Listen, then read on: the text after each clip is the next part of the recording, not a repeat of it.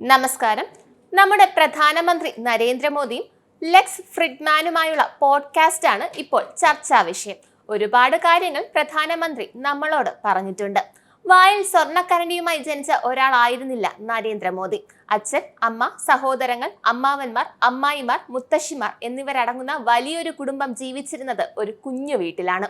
ജനാലകളില്ലാത്ത ഒരു ചെറിയ വാതിൽ മാത്രമുള്ള ഒരു കൊച്ചു വീട്ടിലാണ് ഇന്ത്യ ഭരിക്കുന്ന പ്രധാനമന്ത്രി ജനിച്ചതും വളർന്നതും. കടുത്ത ദാരിദ്ര്യത്തിൽ ജീവിക്കുമ്പോഴും അതൊരു ബുദ്ധിമുട്ടായി അദ്ദേഹത്തിന് തോന്നിയിരുന്നില്ല.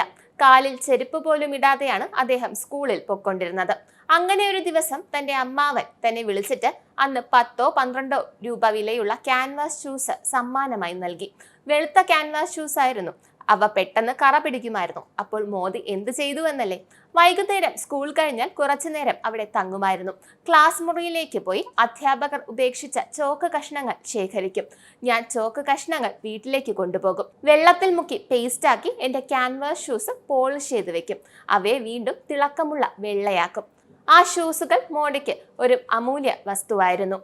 നഗ്നപാതനായി നടന്ന ഒരു കുട്ടിക്ക് കിട്ടിയ വിലപിടിപ്പുള്ള സമ്മാനം. ഉള്ളതുകൊണ്ട് ഓണം പോലെ എന്ന ഭാവമായിരുന്നു മോദിക്ക്. ഒരിക്കലും മറ്റുള്ളവരുമായി താരതമ്യം ചെയ്യാൻ അദ്ദേഹം ശ്രമിച്ചിരുന്നില്ല. ദാരിദ്ര്യത്തെക്കുറിച്ച് പരിഭവിച്ചിരുന്നില്ല. അതുകൊണ്ട് തന്നെ അദ്ദേഹം നിത്യദാരിദ്ര്യത്തിലും സന്തോഷവാനായിരുന്നു. RSS സംഘടനയുമായുള്ള തന്റെ ആഴത്തിലുള്ള ബന്ധത്തെക്കുറിച്ചും പ്രധാനമന്ത്രി നരേന്ദ്രമോദി പറഞ്ഞു.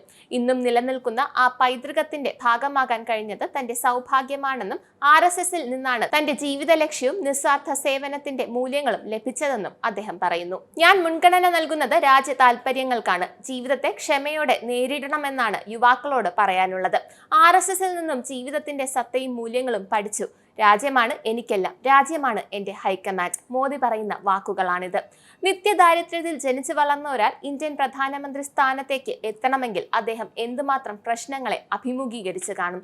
ചായക്കടക്കാരൻ എന്ന് കോൺഗ്രസുകാർ മുദ്രകുത്തി കളിയാക്കി വ്യാജ പ്രചരണങ്ങൾ നടത്തി. രാഹുൽ ഗാന്ധിയെ പോലെ സമ്പത്തിലും രാഷ്ട്രീയ കുടുംബവാഴ്ചയിലും പെട്ട ഒരാളല്ല മോദി. ഇന്ത്യ ഭരിക്കാൻ ഏറ്റവും അനുയോജ്യനായ ഒരു വ്യക്തിയാണ് നരേന്ദ്രമോദി എന്ന കാര്യത്തിൽ നമുക്ക് അഭിമാനിക്കാം. നന്ദി, നമസ്കാരം. നിങ്ങൾക്കും ആനന്ദ മീഡിയയുടെ പ്രേക്ഷകരിൽ ഒരാളാകണ്ടേ? യൂറോപ്പിലും US-ലും ആഫ്രിക്കയിലും അടക്കം പ്രവാസികൾ ഉള്ളയിടങ്ങളിലൊക്കെ ജനപ്രിയ ചാനലുമായി ആനന്ദ് മീഡിയ ഒപ്പമുണ്ട്. ഏഷ്യാനെറ്റ് ഫ്ലവേഴ്സ് അടക്കം നിങ്ങളുടെ വിരൽത്തുമ്പിലെത്തും. ആദ്യം റോക്കു ബോക്സ് സ്വന്തമാക്കുക. അതിൽ നിന്നും ആനന്ദ് മീഡിയ ആപ്ലിക്കേഷൻ ഡൗൺലോഡ് ചെയ്യുക, ഇൻസ്റ്റാൾ ചെയ്യുക. എന്നിട്ട് 02085866511 എന്ന നമ്പറിൽ ഞങ്ങളുടെ കസ്റ്റമർ കെയറിൽ ബന്ധപ്പെടുക. അല്ലെങ്കിൽ +91 735 660 3747 എന്ന നമ്പറിൽ വാട്സപ്പ് ചെയ്യുക. ആനന്ദ് മീഡിയയുടെ സേവനങ്ങൾ സ്വന്തമാക്കുക. മറ്റു ചാനലുകൾക്കൊപ്പം ആനന്ദ് TVയും എൻജോയ് ചെയ്യുക.